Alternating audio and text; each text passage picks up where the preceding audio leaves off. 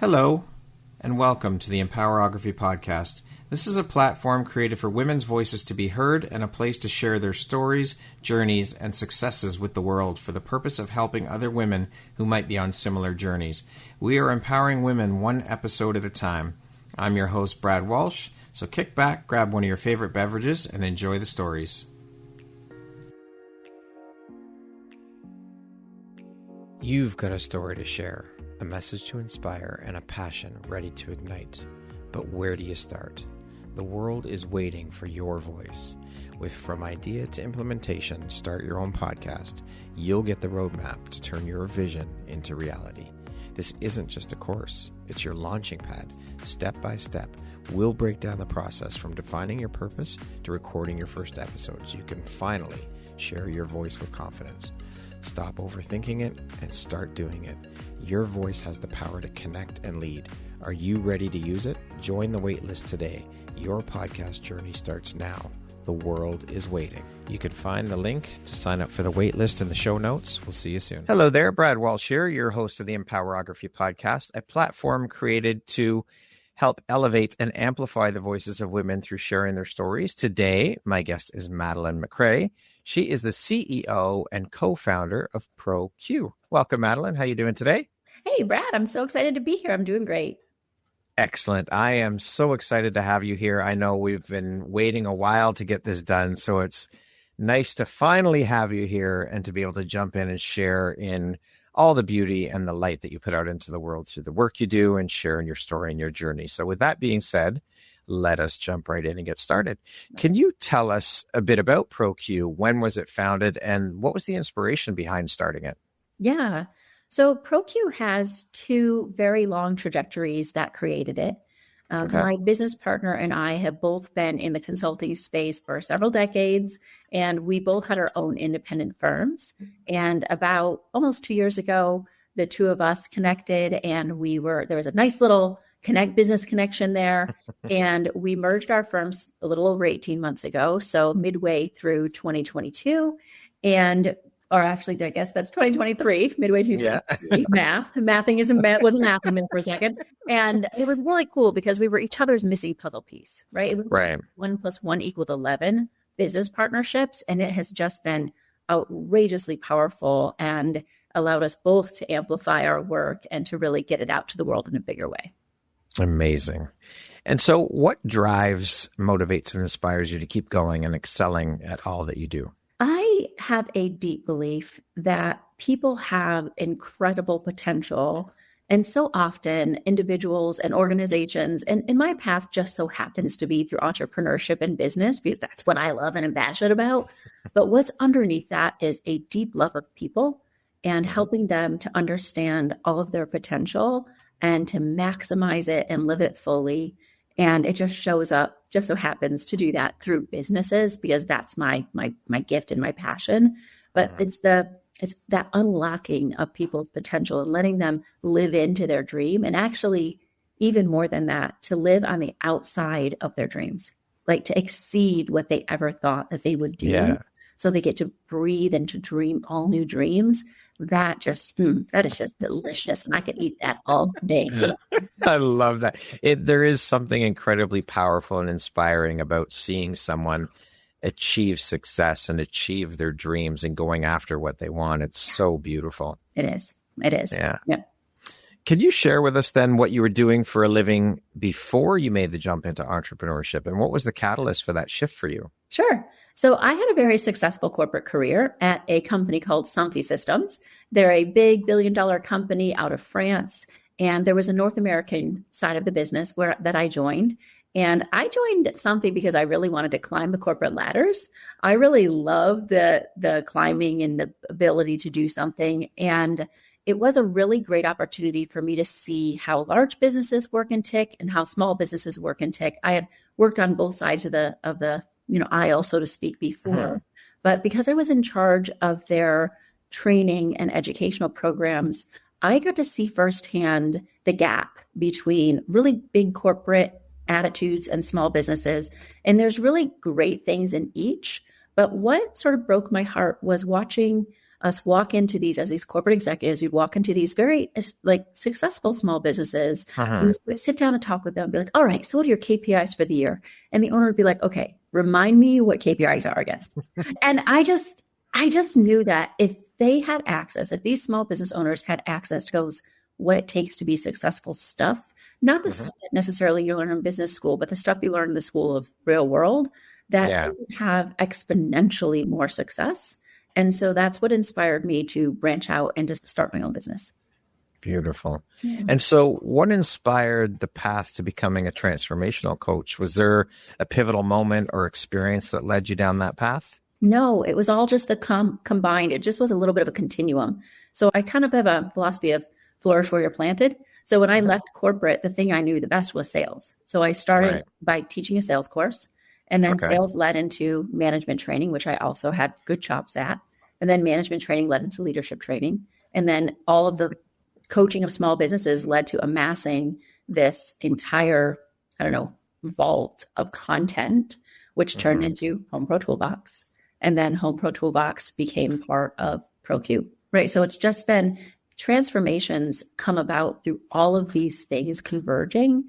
I don't just work on mindset or anything, and actually really don't do any coaching anymore. I'm the one who teaches and trains our team on how to do what we do.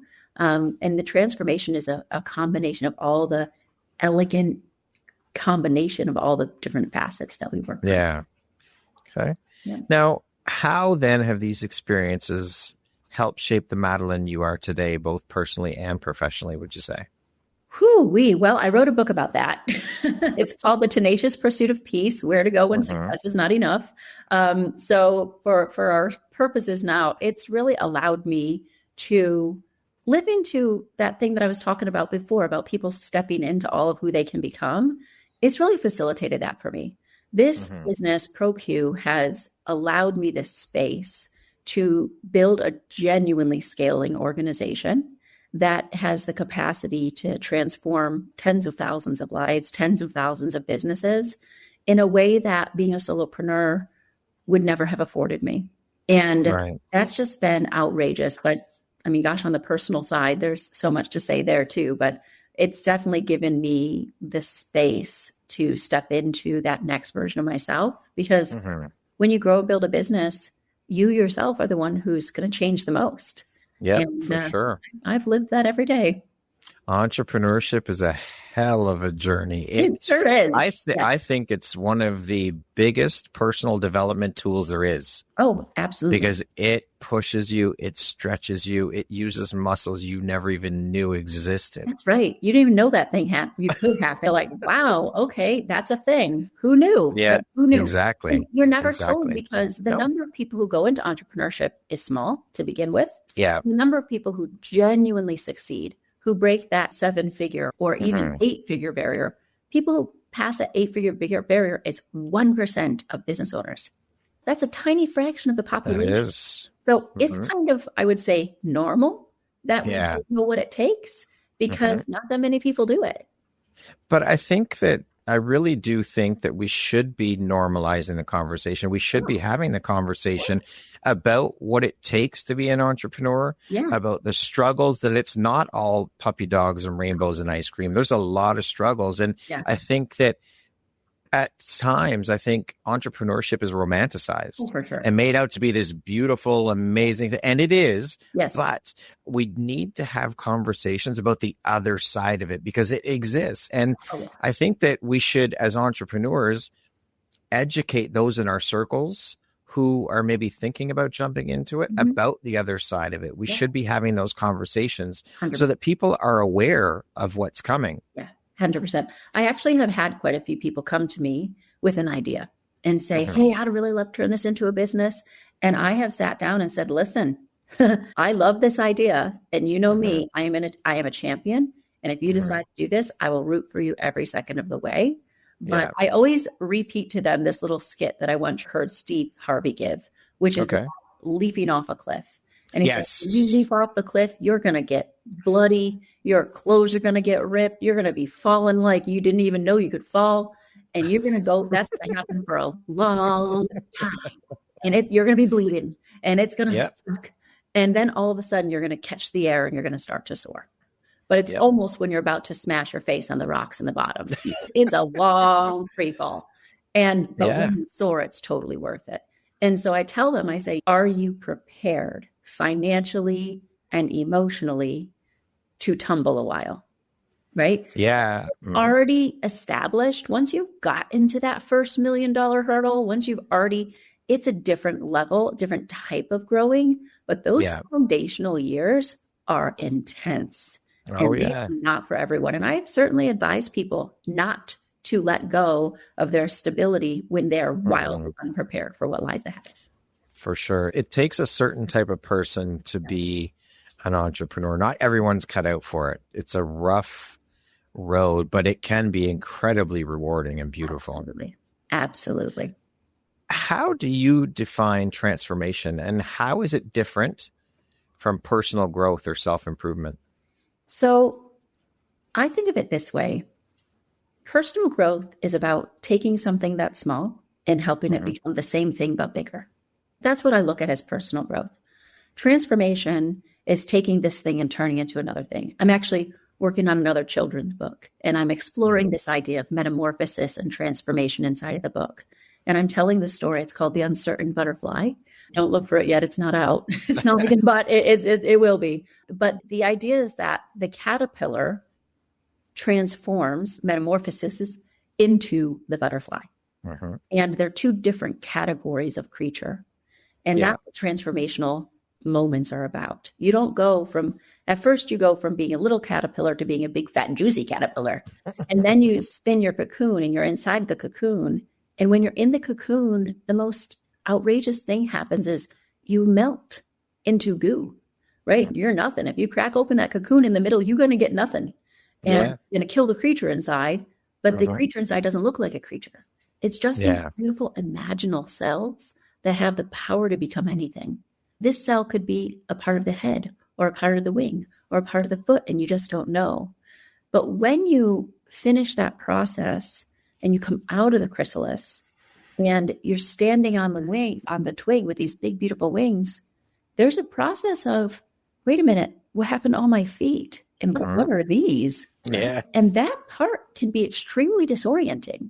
It's For not sure. that you didn't want to become that, is that there is still a little bit of grief. You have to let go, detach from who you used to be. And that's the process of transformation. Transformation isn't just about inhabiting more space with what you are. It's about accepting the difficult reality of stepping forward into something totally new and having to let go of what used to be. I love that analogy. I use that analogy to speak when I'm speaking about my photography work and what I get to witness in the women that I photograph. That's exactly it. It's a caterpillar transforming into a butterfly, becoming someone completely different. Yeah. It is powerful and beautiful to witness. It is. There aren't enough words in the English language to fully describe it. It is phenomenal. It gave me goosebumps everywhere. So that described it. My whole skin was like, oh, yay, fighting. How has your personal journey shaped the way that you approach transformation and leadership in your work? Yeah. So one of the biggest pieces of my personal journey that I have to credit for some of this extreme growth for myself was becoming a mom to a child who, as it turns out, is a high-functioning autistic. So he has level 1 autism. There's a spectrum. He will eventually be very self-sustaining and go on to be very successful, I have no doubt. But it came with some very extreme challenges, some behavioral challenges, and just some unexpected iterations for me. And I had to become a very patient person. I'm not naturally a patient person. That is not a gift I came ingrained with. In fact, I didn't want to be patient. Patience was not something I was trying to be. But there's a lot of waiting in success. There is a lot of slow, little teeny tiny preparatory steps that you have to take so that you can be prepared when this big opportunity shows up. And that can feel like a whole lot of nothing, right? It can feel like nothing. Even though it's incredibly hard work and you are doing a lot of stuff, it's not stuff that produces an immediately visible result. And that patience, that ability to maintain the course, even when you don't yet see the evidence of the success, but you know it's there, that has really supported this dynamic business growth that I've been in over the last couple of years. Because first calendar year, we were very successful by external standards. And now we're going to do that again, but even at a higher volume, and then again and again. But it took a whole decade of not seeing that level of lift, right? There was growth, there was progress, there was growth. But now we're on that like super steep upward trajectory. And a lot of times people tell their story or listen to stories from the middle, from the point of lift. And the whole decade or 2 decades or however long it takes of building towards the moment of lift is often under discussed or it's just kind of glossed over. It's just a foregone, of course. But that's not how it feels when you're in it. So needing to learn that intense patience as a parent and needing to let go of what I thought was going to be and to step into parenting this beautiful child that I actually have instead of some imagined something that I was thinking I was going to do has translated really nicely into business transformations as well. That's beautiful. And I think patience is probably, as a parent and as an entrepreneur, is probably the single most important skill set that everyone needs to possess, because both of those things are incredibly hard work. But again, without hard work, the reward is worth it. That's right. Yeah, absolutely. But patience is absolutely key, 100%. And it's hard, right? Because the only way you learn patience is by getting the opportunity to practice it. So I talk about this story with my dad is one day we were at the grocery store and we just went to get a couple of things and aisles were congested. It was like hard to get the thing that we wanted and we were getting ice cream. And then we went to check out and this is well before self-checkout. That's not even a thing yet. We were waiting in line and it was going nowhere. And so then we jumped to the next line. And then all of a sudden that line we were in started going and this line going nowhere. And then we jumped back again and it stopped again. And then the lady in front of us had 400,000 coupons. And it was like just every tiny little thing. And I could watch my dad getting more and more agitated. I was like, please don't put the ice cream down and leave. Please don't put the ice cream down and leave. Like, I really was worried. I really want that ice cream. So eventually we got out and we like marched our way to the car. We both had pretty assertive walks and we marched our way to the car. And he announced, he's like, Maddie, never pray for patience. Because then with the opportunity to practice it. And in that moment, I viscerally understood, like he'd been praying for patience and this is, and ironically, like we got a little traffic jam getting out of the parking lot and there was road construction on our way home. Like every possible irritating delay that we could have had in that little 15-minute outing turned it into a 45-minute misery at home, right? So that's what building patience feels like in real time. Yeah. And translate that into your family or into your business or into whatever. You are going to have irritating roadblocks that you have to work your way through. That's how you're going to grow patience. And it's like when people tell me, or when I was coaching and they would say, this year, I'm going to work on my management skills. I was always like, oh man, because we're going to have people problems. We're going to lose key people. We're going to have wrong hires. This is what it looks like. When you want to build that skill, you're going to get it served up to you in real time. The opportunity. For sure. I love it. What do you believe separates a good leader from a truly transformational one? Ooh, wow. That's such a good question. I think it's a very important sister virtue to what we were just talking about in terms of patience. It's that a good leader is going to be able to maximize others, is going to be able to uplift others, but a transformational leader gets out of the way and lets them sometimes outshine.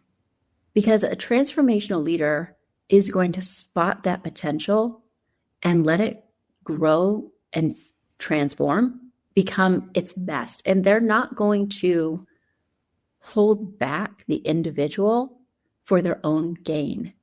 Where a great leader might not necessarily directly, but indirectly clip their wings a little bit so they stay inside of their purview and add value where they were grown.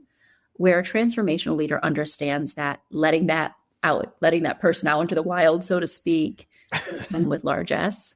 And there's a level of willingness not to put your needs first, not in a abnegation sort of way, but in a willingness where you're not even considering you. You're just looking at the other and creating as much space for them to inhabit as is needed. I love it. Thank you for that. Yeah. What is the process in your mind that best supports leadership development? Yeah. So we have a pretty incredible process that we advocate, that we teach, that we've innovated. We call it progressive intelligence, and we call it ProQ for short, which is why our business is called ProQ. Which I was going to ask about, so thank you for that. Yeah, there you go. Beat you to the punch. Yeah. So you've got IQ, EQ, and now you have ProQ to measure the intelligence of a business, right? To measure your intelligence, to measure your emotional intelligence, but then ProQ is for measuring the intelligence of an organization to see how scalably it's been built. And there are so many different components. And one of the pieces, kind of the crowning jewel of it, is what we say is leadership capacity. And that leadership development comes through the school of real world and being able to hold accountability without using it as a weapon, being able to give people scope and to give opportunity with structures in place. And all of those little foundational components elevate your ability to lead so much so that if your structures are strong and your team is strong, you can elevate yourself as a really effective leader. And that's kind of how we teach it. That's a very simplified version, but we teach it through the structure of a business to allow you to have the space and the scope to then develop yourself as a leader. You can, of course, develop yourself as a leader while building out your business. But you want to be really in the thick of it, right? That leadership development of yourself is going to happen in real time. And when you have the systems and structures in place, and we call them 4-level pillars, so sales, and marketing, ops, culture, finance, supported by strong organizational structures, which means having the right people doing the right work at the right time in the right way, then your leadership capacity can really start to expand. I love it. Thank you for sharing that. Yeah. What are some of the essential skills and attributes that you focus on developing in women to prepare them for leadership roles? Yeah. I don't necessarily think that women and men need to be always handled separately because it's just so different. I think that different people bring different skills, and different leaders are going to have different leadership styles. So for example, although I talked about my patience in this journey, I've always been a very masculine forward female. Right? So I stand strong in my very masculine forward traits. And some males stand very strong in their feminine forward traits. And just understanding that there's a blend of soft and hard skills that need to be addressed and built on both sides. So oftentimes with women, it is supporting their building of their harder set of skills. And sometimes, again, with men, that's building their softer set of skills. So it starts usually with an assessment to understand who you are and how you tick. So we are building within the framework of who you are as a person, whether you're male or female, so that you can be maximized from who you are versus trying to say, let's just add what we think needs to go into the puzzle without seeing the picture first. Have you found, though, I mean, I hear this a lot in conversations, that a lot of the women that I speak to that have worked in corporate have had to adopt more of the male attributes of business as opposed to the softer side, as you said. And so have you found that you've had to kind of help women more on the softer side of things and enhance those skills because of what women have had to do to level up in the business world because of the conditioning and the patriarchy and all the other shit that goes along with that? Yeah. I would say if I had been working with corporate women, perhaps. But a lot of my impact, my female impact, has been in the entrepreneurial space. And the beautiful thing about being a female founder is you aren't limited by the corporate structures that you would be as a corporate executive.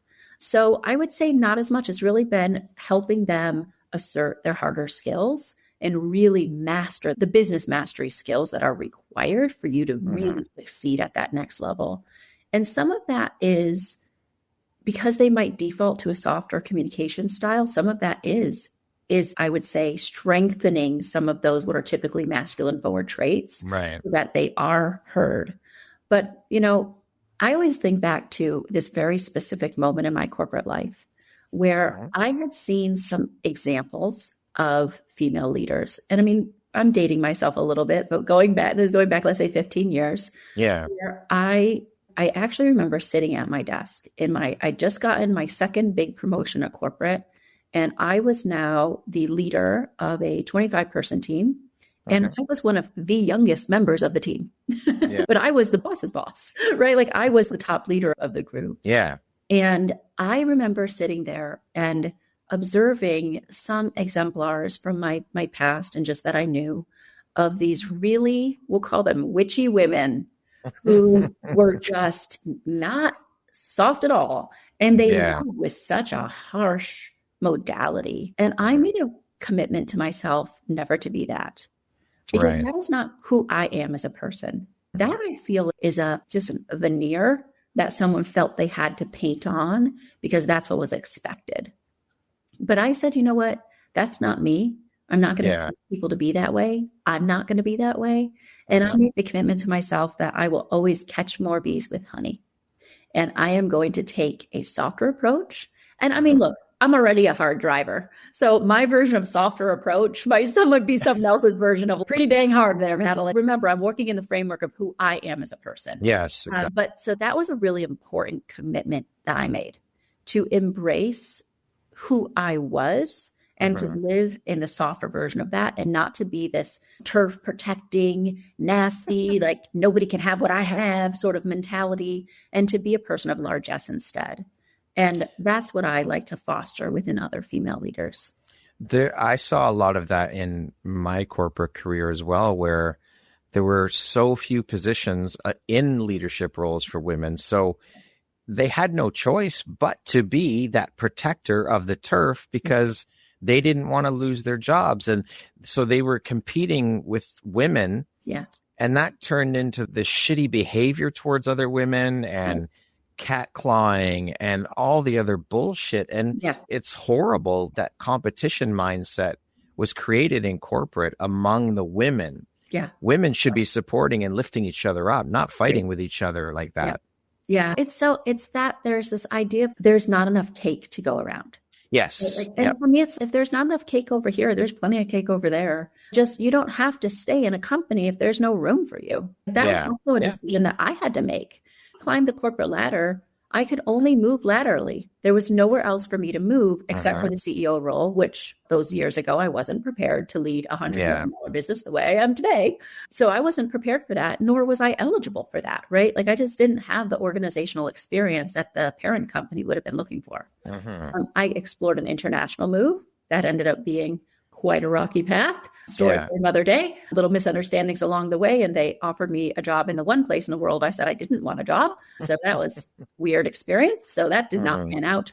But I knew that in order for me to continue to grow, I was going to need a bigger fish tank or a different fish tank, right? Yeah. Goldfish will grow to the size of the tank that they're in. Yep. And if you feel like you're being stifled because you're in the wrong tank or too small a tank or whatever, move your tank. That also takes a level of self-awareness to realize that it's there. And I think back 15, 20 years ago, the times were a lot different. There weren't as many positions, but I believe that there is more than enough for everybody. I don't care what industry you're in. There's more than enough for everybody to go around. There is no competition. The only competition you should be having is with yourself.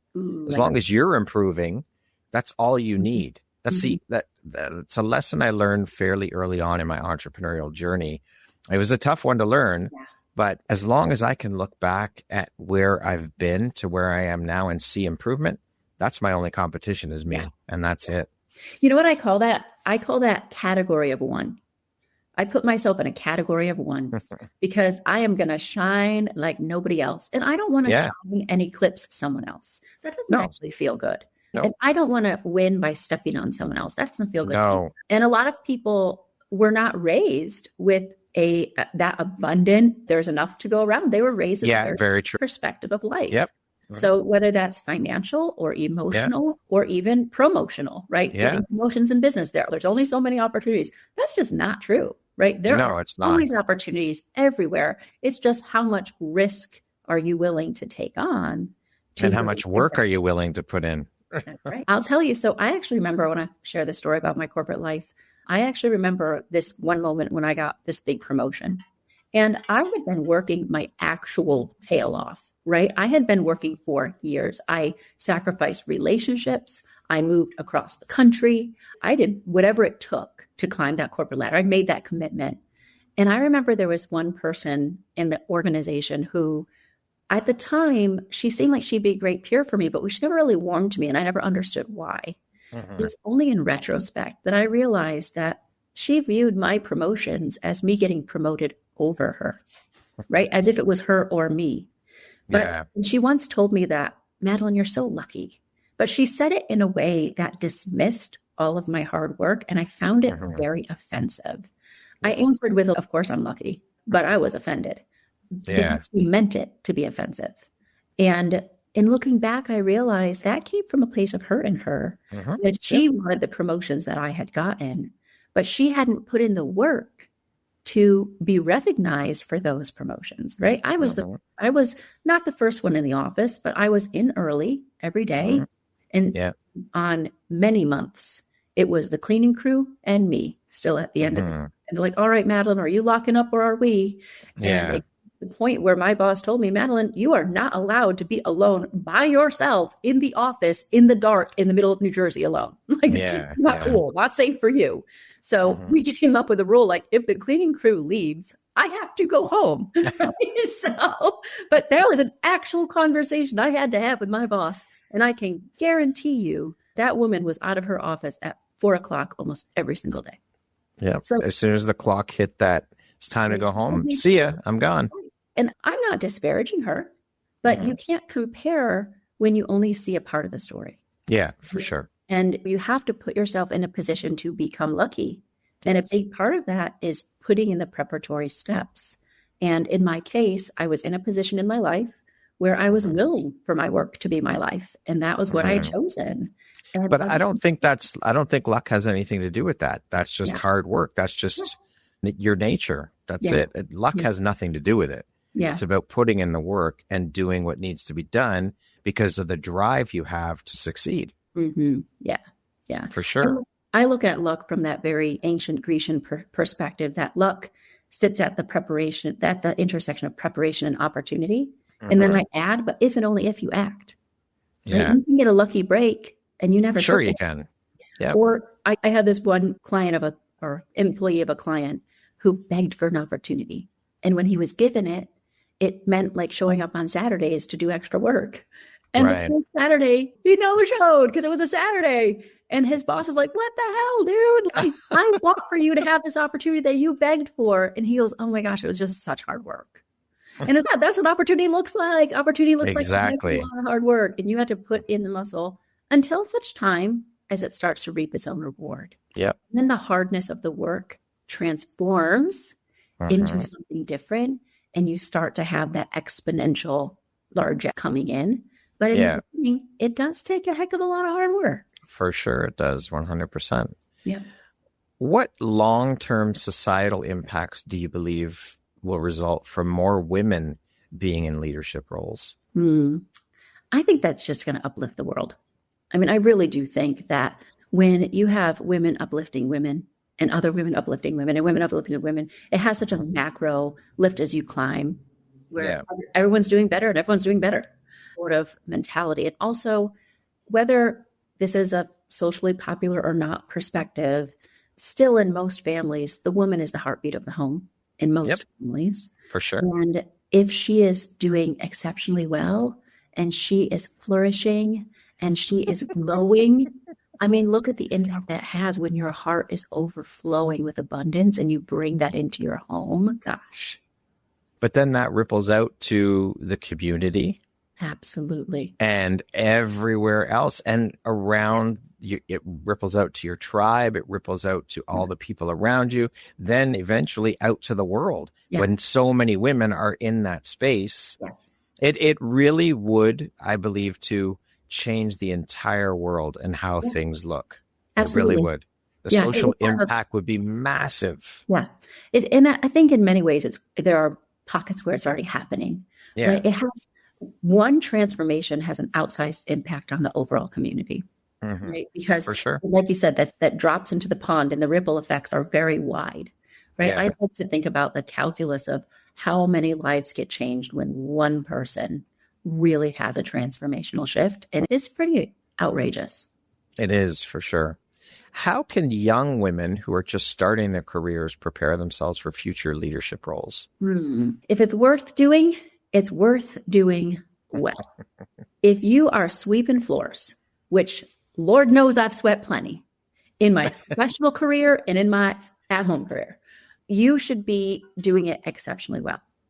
If you are picking up trash, if you are filing files, if you are creating documents, if you are whatever it is that you are doing, if you are serving clients, if you're being a waitress or a waiter or a server, doesn't matter what you are doing, the habits that you build early on in your life will continue to be the habits that you lean into later into your life.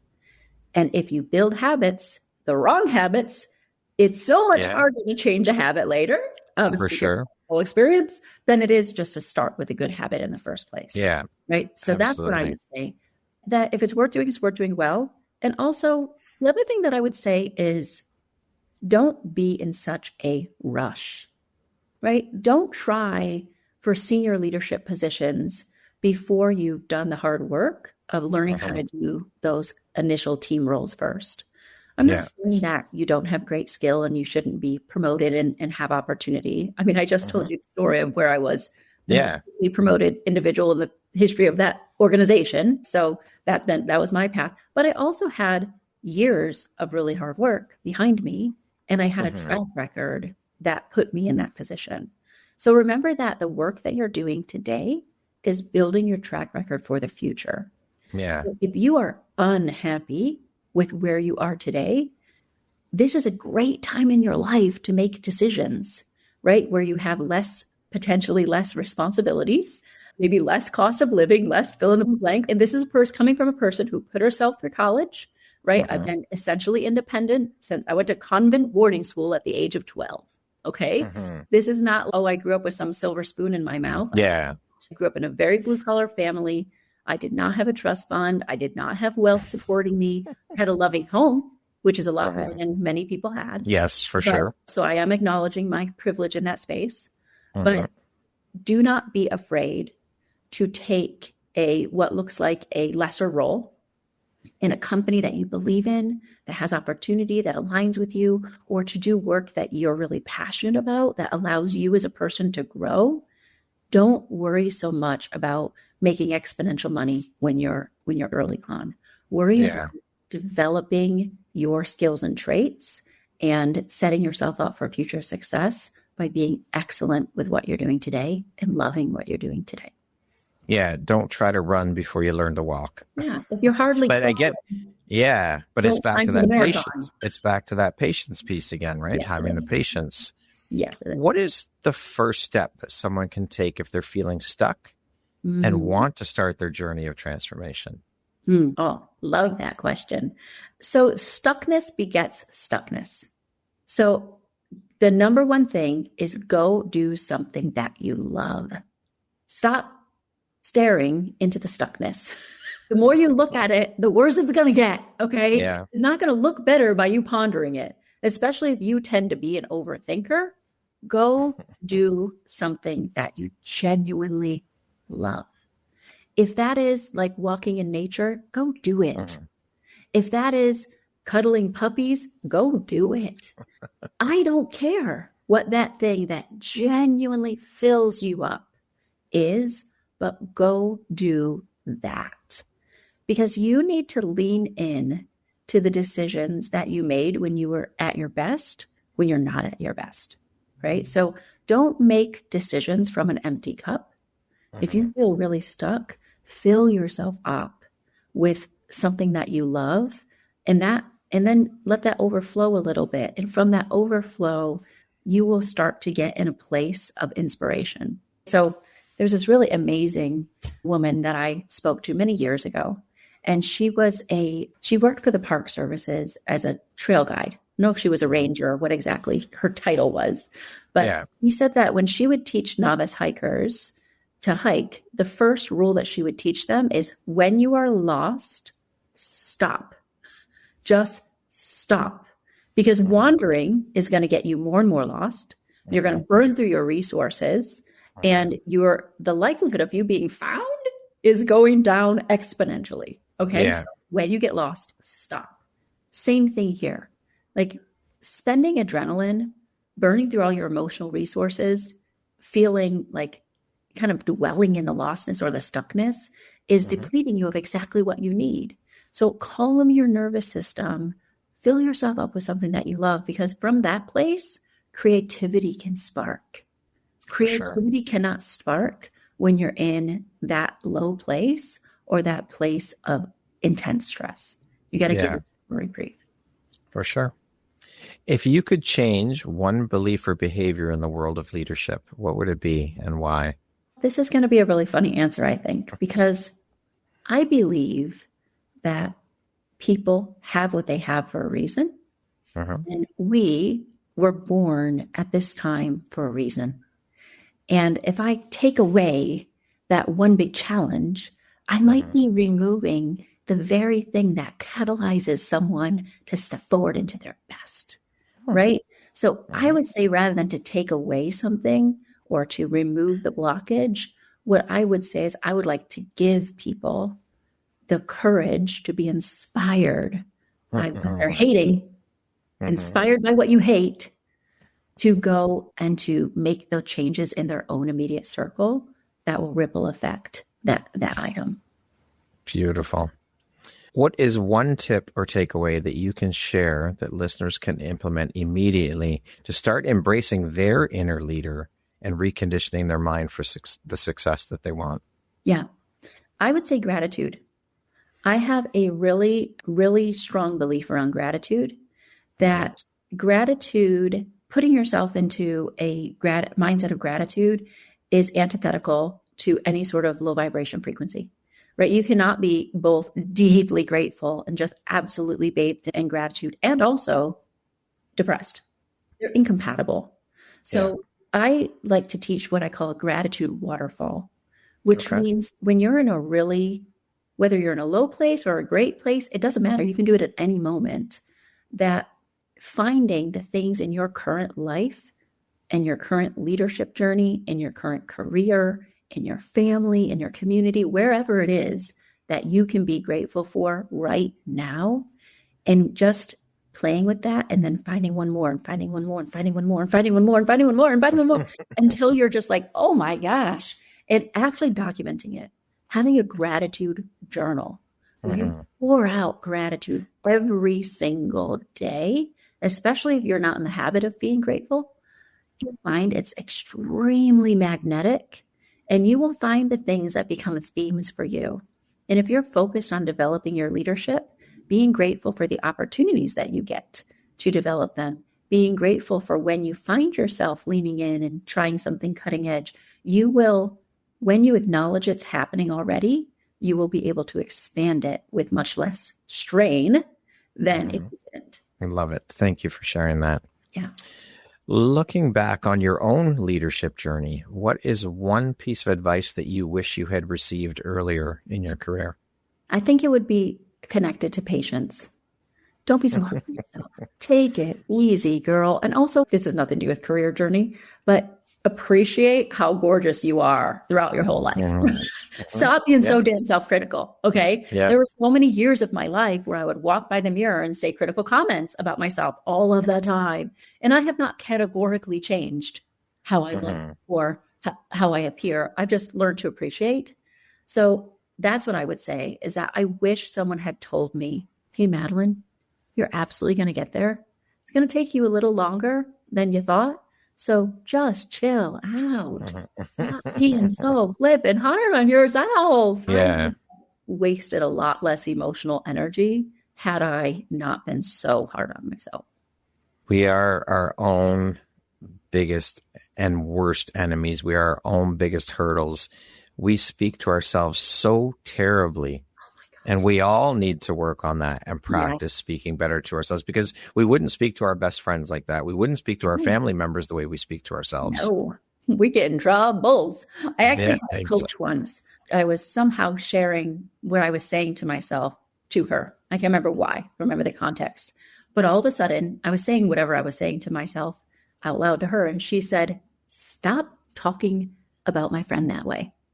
And it really caught me off guard. It stopped me in my tracks. And I was like, I was talking about myself.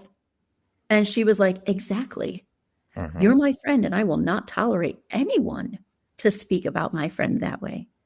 And it cold watered in my face in a way that changed that behavior permanently, because I became so consciously aware of when I'm talking about myself that way, someone who loves me, who's my friend, like I'm talking about their dear friend like that. Yeah. I wouldn't tolerate that for a second. If That's someone a great very perspective. fiercely protective of my friends, never going to be tolerated. And it really helped me to avoid that trap that I was in, or become aware of it. So I stopped falling into it when she said, "Stop talking about my friend that way." And I was like, whoa. And because it's a very ugly habit. So it is. And it's unnecessary. That's a great perspective and way to look at it. Yeah, powerful. Now, you've mentioned you wrote a book. I know you've wrote a couple. Can you share a little bit about the books, the titles, all that stuff? Absolutely. So I have 2 books right now. One is The Tenacious Pursuit of Peace, Where to Go When Success is Not Enough. And that is a personal development story. It's a book of stories from my personal life. Very raw, very real. I go to the ugly, hard places, right? Bring a box of tissues. You are going to need it. And the reason that I took that approach in this book was that I wanted to show that just a normal girl from blue-collar suburban Detroit can overcome all of these really intense, deep, hard, harsh realities in my life. Everything from sexual assault to having devastating relationship experience to all sorts of things. And I explain them through story in the book. Don't worry, I don't leave you in the pit of despair. Like I take you through the hard part to show you that there's really beautiful gifts, but sometimes they're wrapped in real ugly, bad wrapping paper. And if you get caught up in the wrapping paper, you will never find the gift. And it's not just given. It's not like, here you go. It's found. You have to look for it. And that's what the story is about. It's just a series of stories. And it's about really being able to calibrate yourself towards a genuine compass. Instead of chasing something as fleeting as happiness, which comes and endorphin based, look for peace. Look for your own deep peace. And you can find it, right? It's available. Yeah. So that's that one.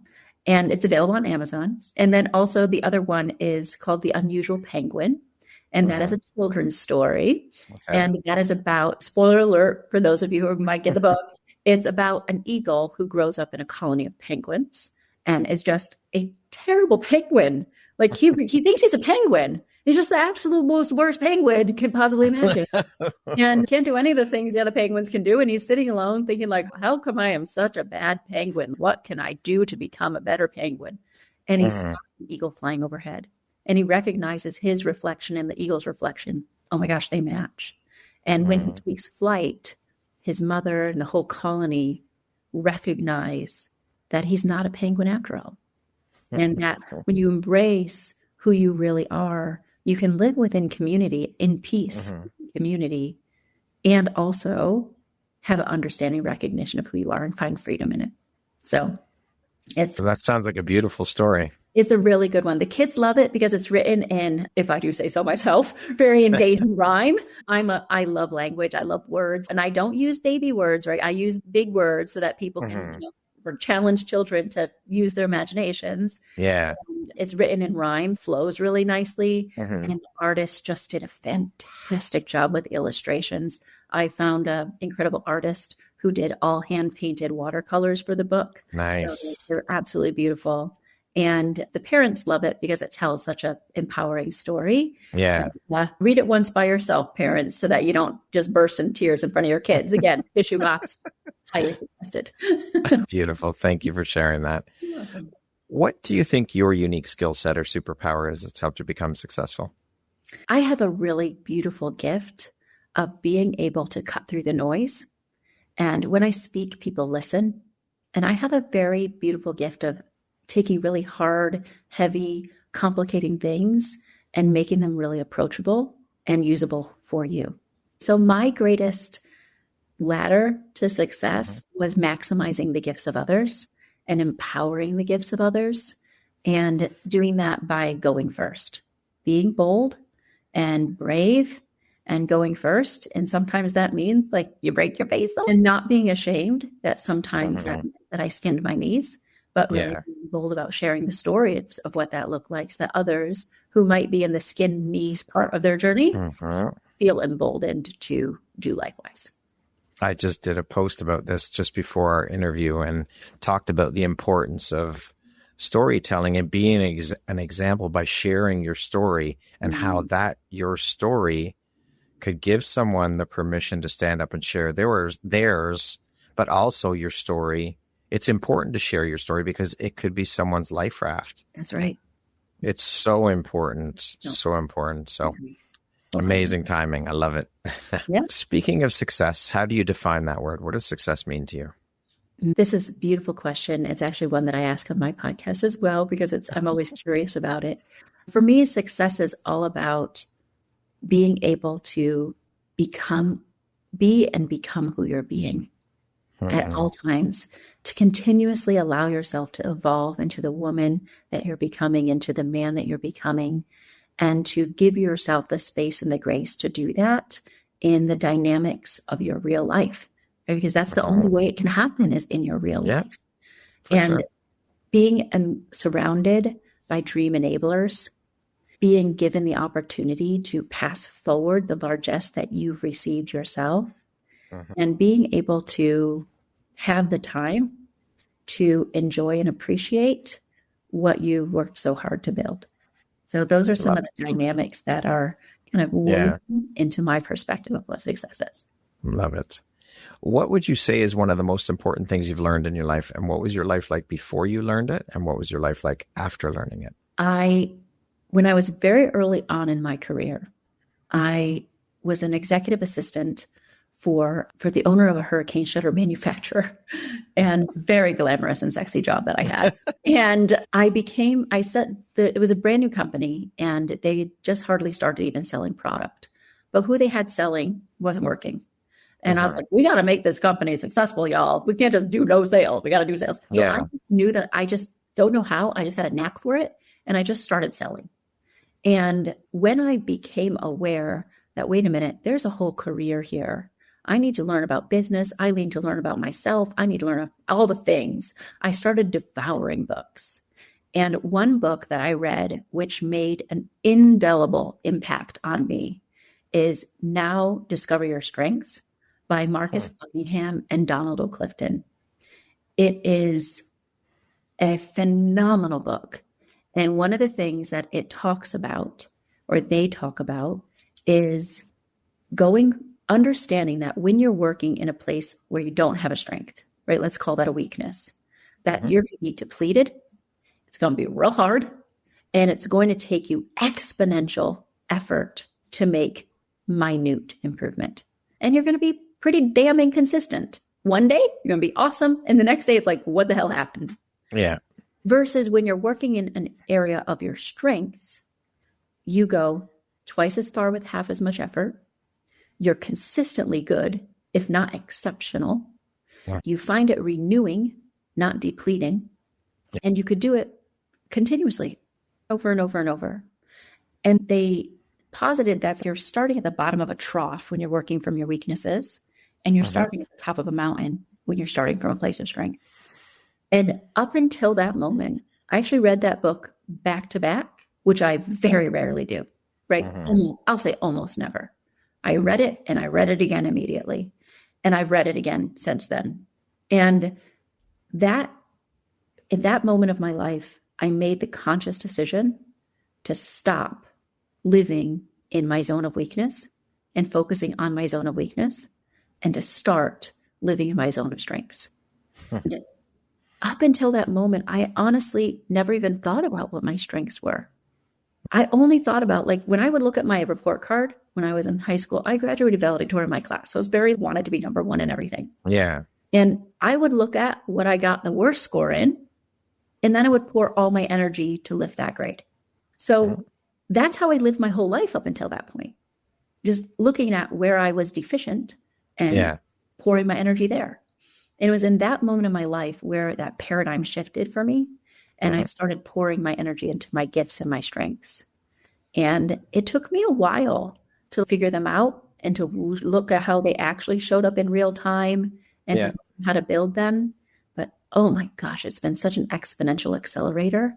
And I've enjoyed my life so much more ever since. But I think that way of looking at things comes from our conditioning, because you think back to school, like you said, why aren't we encouraging the children in schools from an early age, elementary school, to focus on their strengths? If Johnny's great at English and he's not good at math, how about we focus on the English? He doesn't have to be great at everything. He can be okay at math to get by, but let's put the energy and the focus into English, because that's where he excels. And then this way, kids don't get depleted. They don't get knocked down. They don't lose their confidence. You build their confidence. That's what we need to do with our kids. And it needs to start from a young age so that these kids grow up knowing that they are strong and confident in these things. And it just becomes part of who they are. It becomes part of their fabric. It just, they don't know any different. Yeah, absolutely. We need to shift the way we're doing things. Yeah. And it starts with the kids. For sure. And it can certainly start at home too. Yes, absolutely. Putting a lot of pressure on a child who's getting C's in, let's say, math, because they're just kind of medium at it. C is average, okay? C doesn't mean like you're failing out. Okay, that's D's and F's, okay? So if you're deficient or failing, then that's a problem. We got to get at least up to a C. Yes. But for parents to shift the narrative and to say, look, you're getting straight A's in this thing. In art, let's say you're an artist. Yeah. Why would that be like, oh, it's just an extra class. It's just a special. It's just an ancillary. Why not pour your heart into your gifts? And sometimes it takes a while for the child to find that, for the parent to try. For sure. And that's part of it. Like, you got to try a lot of things before you know what you're good at. And it does, there's some level of discipline. Like, you self-discipline, you got to do the things you hate, right? So for sure. There is that process of raising children, teaching them that self-discipline, where you don't just get to do the things you only, but there comes an age at which that needs to transition to now focus on the things, or at least become profoundly aware of that where there lies, right? That is so categorically empowering versus, because so often the things where you are most exceptionally gifted come to you super easy. Yes, exactly. For it. It just flows. 1000%. You don't think it's a gift. You don't think so. Because it just comes to you. Yeah, exactly. I can do that. I mean, one of the things that I have an extreme gift for is I can pick up a microphone and walk onto a stage right now. I mean, thankfully I look a little dressed up, so that would work out. But at any given moment, you can give me an audience and give me a microphone, and you could say, talk about this. And I'm like, here I go. And I just waltz up there and I just have the audience in the palm of my hands. Yeah. I'm just good at it. I've always been good at it. And of course, there's now been some practice, some skill added to the strengths. Now it's like practice skill. But I was good at it before I even was planning practice. But I never realized that this is like one of the top 5 fears of people's actual all of humanity. Yeah. In front of sure. But it's just those sort of things, they're so easy to take for granted because they flow effortlessly. Yeah. And if you're functioning under the belief, like, it's got to be hard to be worth it, then you're going to overlook the things that come to you so beautifully. Yeah, it's funny. I was having a conversation with a friend about a year and a half ago, and we were talking about this type of thing and our gifts. And she said to me, do you know what your gift is? I said, no. She says, you have an incredible ability to hold space for people. And I'm like, I don't see that as a gift. She said, that's exactly why. That is your superpower. That is your gift. I said, I don't see it. This is just something I do. Yeah. But that's it, right? You don't realize it. And then it's, wow. Yeah, I guess so. I mean, I never thought about it that way. I never thought that is one of my gifts. Yeah, that's a super. And she drove that point home. And you're right, 100%. And that's exactly what we're saying, is that you don't even realize it because it just comes so naturally and so easy to you that you just do it. And you think, oh, everybody can do this. Yeah, it's just normal. And so one of the things I say to people is when you find it really easy, it's not a sign that it's actually easy. It's just a sign that you're expert at it. Yeah. You're an expert. That's a great way to look at it. So for other people who are not experts, they're going to struggle, or they're going to find it very hard. And if they have no skill for it and no foundations for it, and they're in the wrong role, we see it in entrepreneurship all the time. You're in the wrong seat, right? You're great, but over here you show up looking like way less than great because you're in the wrong seat. So that whole, where people can look for it, because that's hard to spot. You can't see it when you're in the frame. Where you can look for it is if you consistently get complimented about something that you're like, that's dumb. If you really are thinking like the compliments you get are throwaways. Really? Are you talking to me? Exactly. That is a sign. If someone pauses their busy life to call out something special about you, and you just think, that's not cool, that is a sign that it is probably part of your superpower suite. Yeah, right? For sure. So you have to get curious about what is it about that I'm so good at, because I no big deal. Yeah, for sure. I love that. Thank you. Yours. What does the word empowerment mean to you? I think we've woven so many of the threads of empowerment along our conversation that this empowerment is a allowing to step forward, right? Seeing that there's a potential and creating space for the potential to become realized. That's what I see as it. Okay. We're going to jump into a little rapid fire section. So the next grouping of questions just be 2, 3, 4 word answer type thing. Okay. How would you describe yourself in one word? Bold. If you could be remembered for one thing, what would it be? Impact. If you could teach the world one thing, what would it be? Gratitude. What is one thing you love about yourself that is not related to your physical appearance? My compassionate heart. If you're writing your autobiography, what would the title be? Bold, bright, and ambitious. That concludes our rapid fire section. Now back to our regularly scheduled program. I created a bonus question. I didn't send it to you ahead of time. If other people could use 3 words to describe you, what would you want those 3 words to be? To repeat up my book title. No, maybe not. I think that I would want them to describe me as inspiring, as this is such a seen as such a soft word, but I really love it, as kind.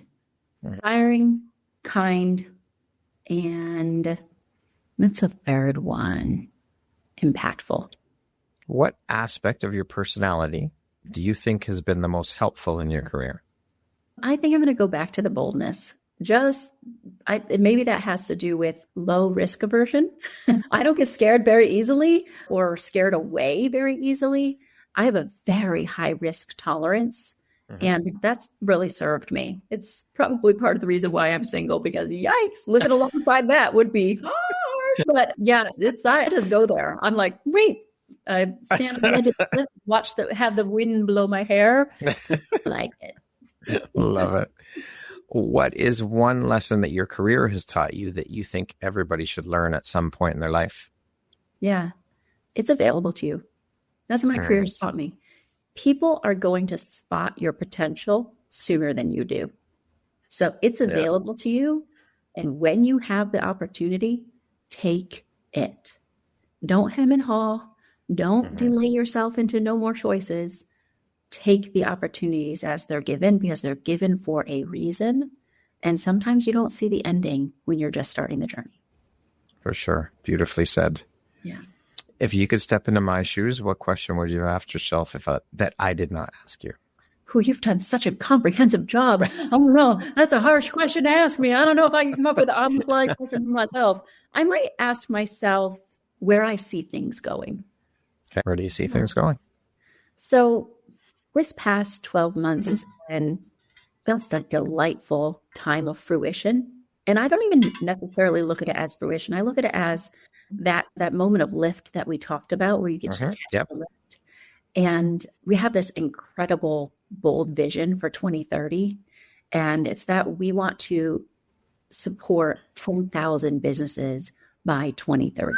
And that's where I see things going. And it's not, I don't set like a, hey, this is the plan and maybe we'll get there. I'm like a, this is it and we're doing it, period. And so this is what's happening. This is what's happening. I speak it into being. I have a very powerful ability to make what I say become real because I don't speak it unless I'm 1,000% convinced and convinced that it's actually happening. Love it. What is your why, Madeleine? I've pondered this for many years because my why feels like a very selfish why. I'm just going to say what I feel from my heart. Yeah. My why is because I can. I love it. Because I have this outrageous capacity that is uncommon and I can. And so I'm gonna. That's my why. Beautiful. I don't know why that feels so selfish to me. No, I don't think that's selfish at all. I'll tell you, Brad, this is the first time I've said that aloud on a podcast. But that is why. Because I love it. I can, I should.